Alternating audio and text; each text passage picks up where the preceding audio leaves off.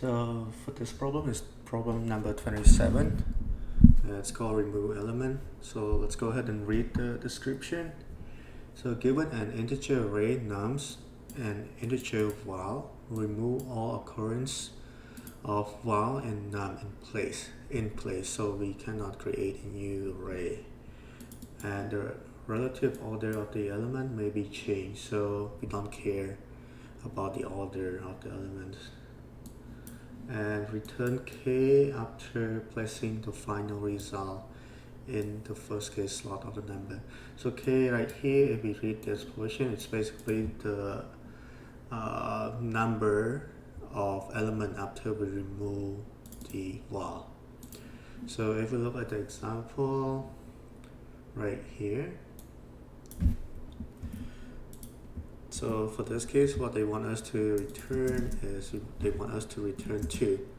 And the reason is because after we remove the value 3, because like right here, val is 3, we will get 2. And the return value is basically like the size of the elements that we care about. And there are like many ways we can approach this problem. Like the brute force would be like create an array, which we not allow, and we can look through like the original array, and every time we see the target value, we just skip it and we just add whatever that is not the target value. But this is not allowed because they want us to have O1 extra memory. The other way that we can solve this problem is we can have like 2 pointers. Let me just put val is equal to 3. So the idea of having 2 pointers is like we have like I and j, and those 2 pointers are moving like toward to each other, and once they cross each other, we want to stop. So in this case, like we start with I, which is 3. So since 3 is a target value, we want to swap it with this location. So when we swap it, we still get 3 to the front, and here we don't care the value. But since we already swapped j, we want to move j 1 step to the left. And now we look at I again. Since I is still a target value, we want to do the same. We want to swap 2 to the front, and then this one is like we don't care. And then we also want to move j to the front. And now I is equal to 2. Since 2 is not a target value, we want to move I 1 step ahead. So now I and j are like next to each other. So I think we can either stop or we can like keep doing the swap one more time. So in this case, 2 is not target value, so we want to move I to the next step. So in this case, when I and j like cross each other, you want to stop. I think this example is not good to look at. If we look at this example, the other one. So same concept, and in this case is our value is to the target value that we want to remove. And we still have I and j. So initially the element at I is 0, so it's not a target value, so we want to move 1. And here it's the same, it's 1, so we want to move ahead. Now I is equal to 2, so now we want to swap. So we want to swap this to here. We want to swap this to here. So since we swap, this is still 2, and this is I don't care. Oh dash. And then we check this value again. But since we swap, we need to move j 1 step forward. And here is 2, so it's a target value. So we want to swap it with j. So this has become 4, and this become I don't care. And then we want to move j. And then this is 4, so it's not target value, so we want to move I. Now we look at this value. This value is a target value. So we want to swap it with j. And this will come up here, and j will be up front. So now I is 0. So I is 0, we can move I one step to the front. So now I and j is the same. And now I is 3. So it's not a target value, so we want to move I to the front. So let's look at one other example, kind of like edge cases. So let's say if it's 1 and 1 like this.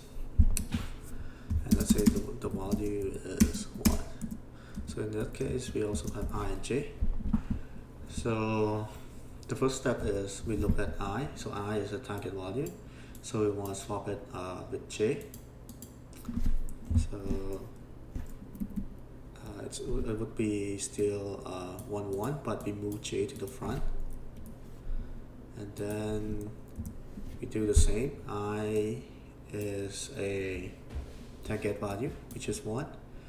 And we want to swap it with j. So it will be swapped in place, and j would be index -1. And this is like when we stop our code. So yeah, that's like the step that we can use in order to solve this problem. And we do not need to create a new memory, we just need 2 pointers. So if we look at the pseudocode, it would look something like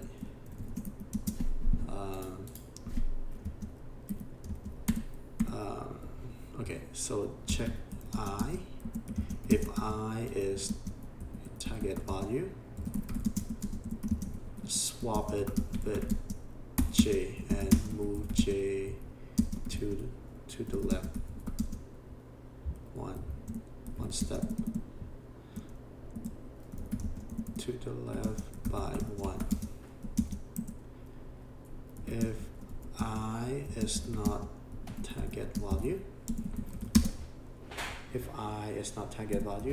move I to the right by 1, and stop iterate when I is less than j. No, I is greater than j.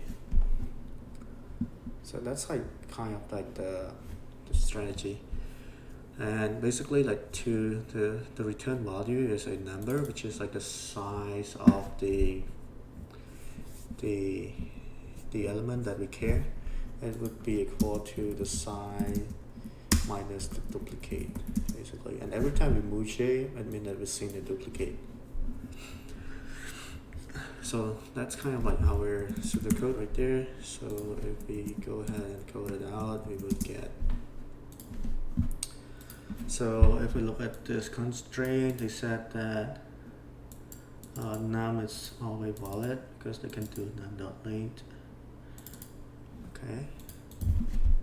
So what we can do is just like what we mentioned earlier. We want to have I and j. And j would be the length of the array -1, because this is like the last index. And then while I is less than or equal to j, we want to do something. And we also want to count the number of duplicate. So it's started 0. So the idea is, if we look at here, if I is the target value, swap it with j. So that's what we're going to do. If I is equal to target value, you want to swap j to number of I, and then we want to increment j to the left. So it means subtract. This is this portion. And this is this portion. And we don't need to store the previous num_i because we don't care about that value. And I mean, we kind of know like that value is always while. But according to the description, they don't care about like those values. And if not, if this value is not a target value, we just want to increment I.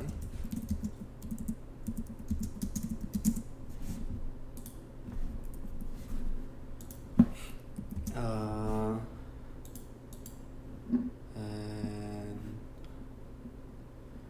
so for duplicate, every time we hit this condition, I mean there's a duplicate, and then we can just return play.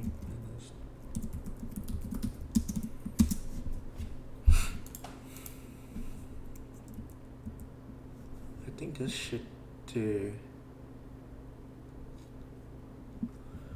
Let's go ahead and try to run the first.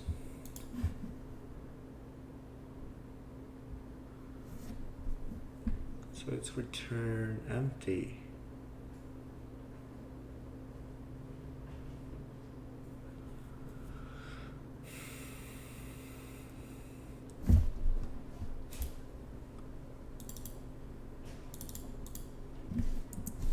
Let's see if we do console logged.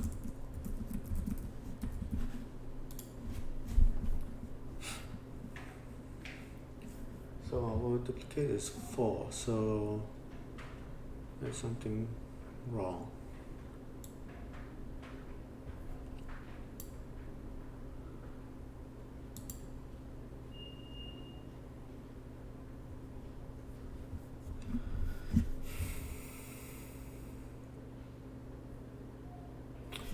Now I think we want to do this. We want to swap the body of J to the front, so it should look like this instead.